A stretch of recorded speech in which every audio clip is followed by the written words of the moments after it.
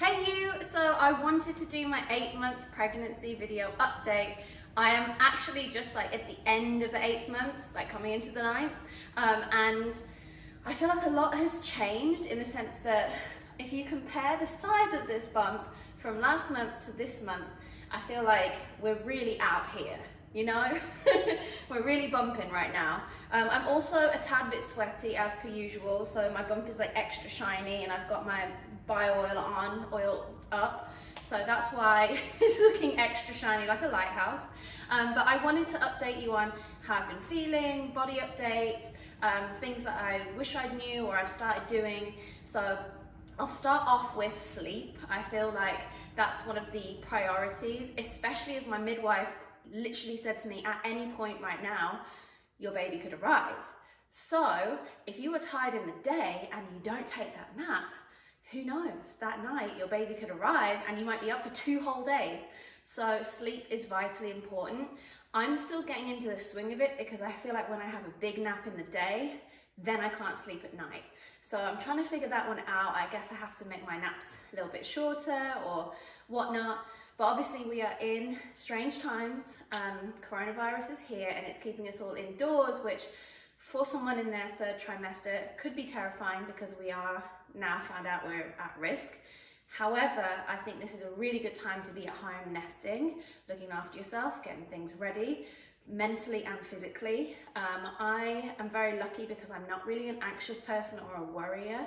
So I've been able to read stories. I'm doing a home birth, so I've been reading a book called 3 in a Bed, which I've talked about a few times now, but I love it because it shares positive and negative stories, you know, scary ones and easy ones. And I've heard from women at the gym who have had 18-minute labours, and I've also, you know, recently had a friend who had, hate to say it, a horrific labour where their epidural didn't work, and then they couldn't find the point to do the, I can't even think what they say it, where basically they tried to shut her whole bottom of her body off, and that didn't work either, and then they had to do emergency C-section, and she felt it all, which is very scary. And even if you're doing a home birth, you have to prepare for the worst.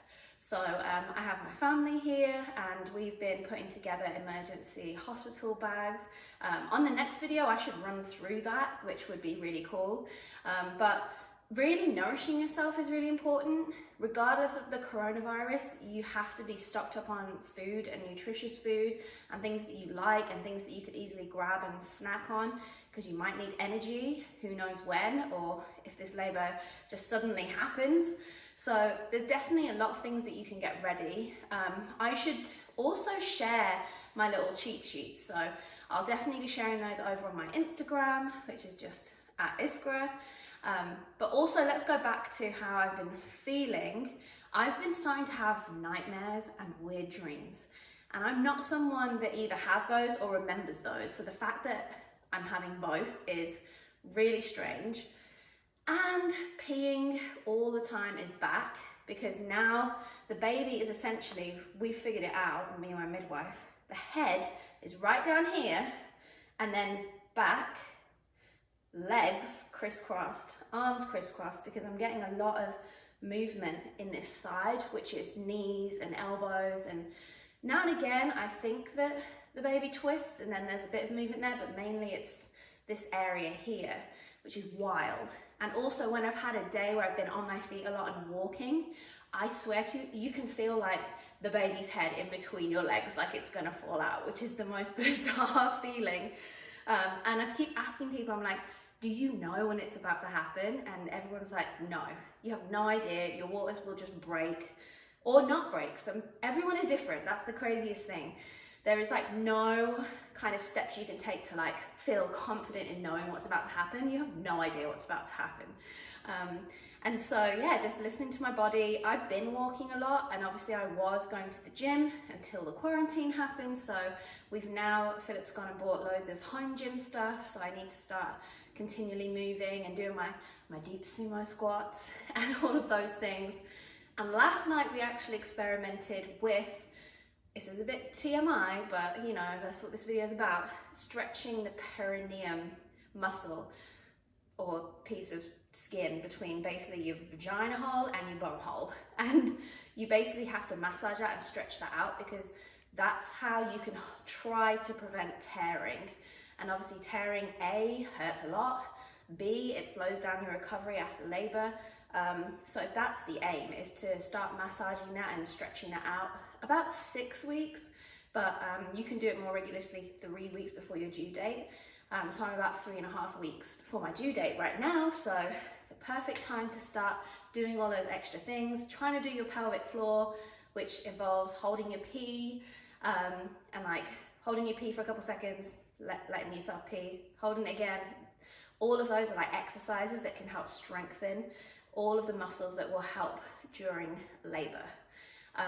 So let me finish off by just saying this has been a very positive experience for me, and I know it isn't for everyone. I know for a lot of people it's more challenging.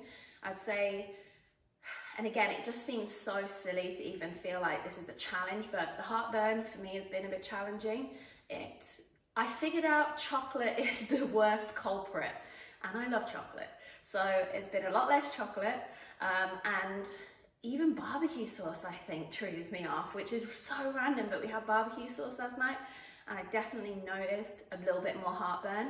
But the ways you can combat that is elevating yourself. I drink alkaline water, and then obviously your Tums and your antacids, not baking soda or bicarb. I read that that can also increase your salt, and if you're swelling right now, salt is not what you need. So I've bought all the Tums and all of these things, but I've been trying not to take too many of those. I've been trying to, you know, drink alkaline water and elevate and just kind of do that more natural stuff, because I don't want to take too many other things that I don't know what's really in them. So, and then the sleep. The sleep is definitely challenging, especially in this last like couple of weeks where you feel big. Your body has changed so much you almost don't recognize it. You love it, but it's very different to sleep with this body. And even though I have like this pregnancy pillow, you're just constantly twisting and moving and getting up to pee in the middle of the night, and I'm trying to do it with my eyes closed, but then I also don't want to trip and hurt myself. So all these like weird new ways that your body is, you know, making you react, and you have to figure out what's the most comfortable for you. But yeah, I have to have like the fan on. My mom loves it warm in this house, and I'm like, even right now, I'm just like burning up. So I definitely know my body temperature is much higher than normal. And yeah, just trying to focus on being excited for the birth, not letting it overwhelm me, not letting it terrify me, even though I know it's going to be the most painful experience of my life. I know it'll be the most beautiful one too. So really focusing on those thoughts to help check in with my mental health and not overthink it too. I feel like a lot of day to day, I almost put to my mind that this big, huge moment is about to happen and it's completely out of my control. Like, I think if I was trying to plan it so much or imagine exactly how it was going to be and then it didn't happen, that would probably freak me out more, because I do like control. And so any of you out there, don't listen to anyone else, or at least get people's advice, listen to it, but just kind of let it breeze over you, because your experience is going to be yours and it's going to be completely unique. So don't let anyone scare you into doing something you don't want to do. That's why I'm doing a home birth. My water bath has actually arrived. Again, I feel like we have to do another video. Comment below if you want me to do a video with all my home birth bits and bobs and, you know, what that process looks like. I had my midwife over 2 days ago, and touch wood, everything's great, heartbeat is strong. So it could be any day now, guys. Thank you so much for watching this video, and I'm sending you lots of love.